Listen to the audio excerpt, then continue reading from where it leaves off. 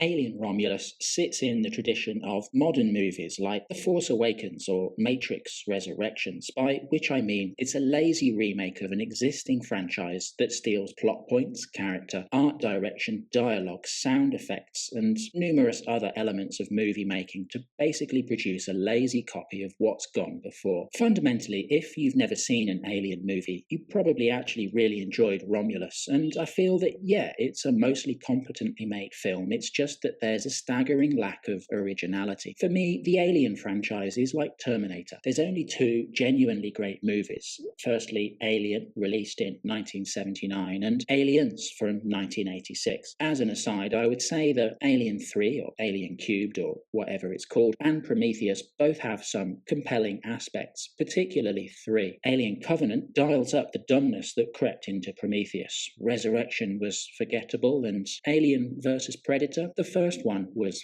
fun. This franchise started back in the 70s, and I accept that the 70s, the 80s were a long time ago. So many people in the mythical modern audience won't have seen them. In that respect, there's kind of room for something new. The problem is that Romulus isn't something new. It just copies the numerous elements from the first film and expects the audience to lap that slop up. What does Romulus take from the first film in the franchise? Well, there's Ian Holm, digitally recreated after his death a few years ago. We've got a robot torn in half at the chest, propped up so that he can still explain the plot to everyone. The face huggers, lots of talk about the needs of the company, the baby creature bursting out of the crew member, the female protagonist strapping herself into a spacesuit to blow the creature into zero gravity. And then from Aliens, we've got an escape through an industrial elevator, the wind blowing in the protagonist's hair. Get away from her. The corridors of the spaceship turned into a nest, the same fat sound effect of the laser rifles that the colonial marines used, the slow loss of communication between the characters, shutting the door on someone to strand them with the creature, the science lab with specimens of the creature that show someone's already done some failed research. And that's just most of what I noticed the first time I watched it. There's probably multiple other examples to be found if I ever subject myself to a rewatch of Romulus. But why would I do that?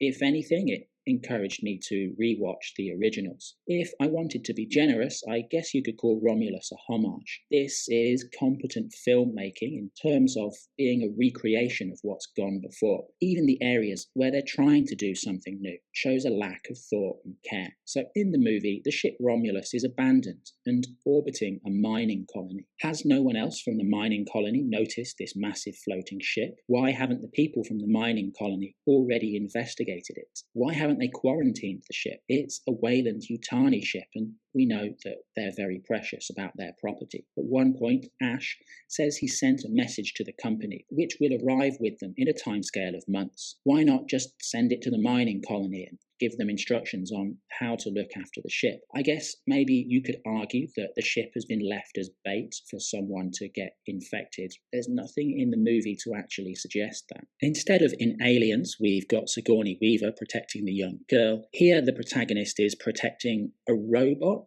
I mean, protecting a robot? Who really cares? It's got quite a whiny, snivelly personality. It gets bullied a lot on the mining colony. We know that the robot is easy to reprogram, so why should we care about this particular robot character? Why should we be invested in him being protected? I imagine there's probably a good evolutionary analysis to be made of Aliens, the two mothers protecting their children. That's much more narratively compelling. Romulus has no stakes in this particular area. And also, there's just plain bad writing. For example, they decide they need to be silent around the creatures, but they still just decide to listen to the radio. Just turn the thing off. I liked the zero gravity scene with the alien blood. That was actually creative, some actual evidence that it would have been nice if they could have added some more of their own ideas. I liked the final creature. At first, at least, it's pretty creepy, and then we kind of see too much of it, really. It actually kind of made me laugh at one point. So, in conclusion, I would say the Alien franchise is still just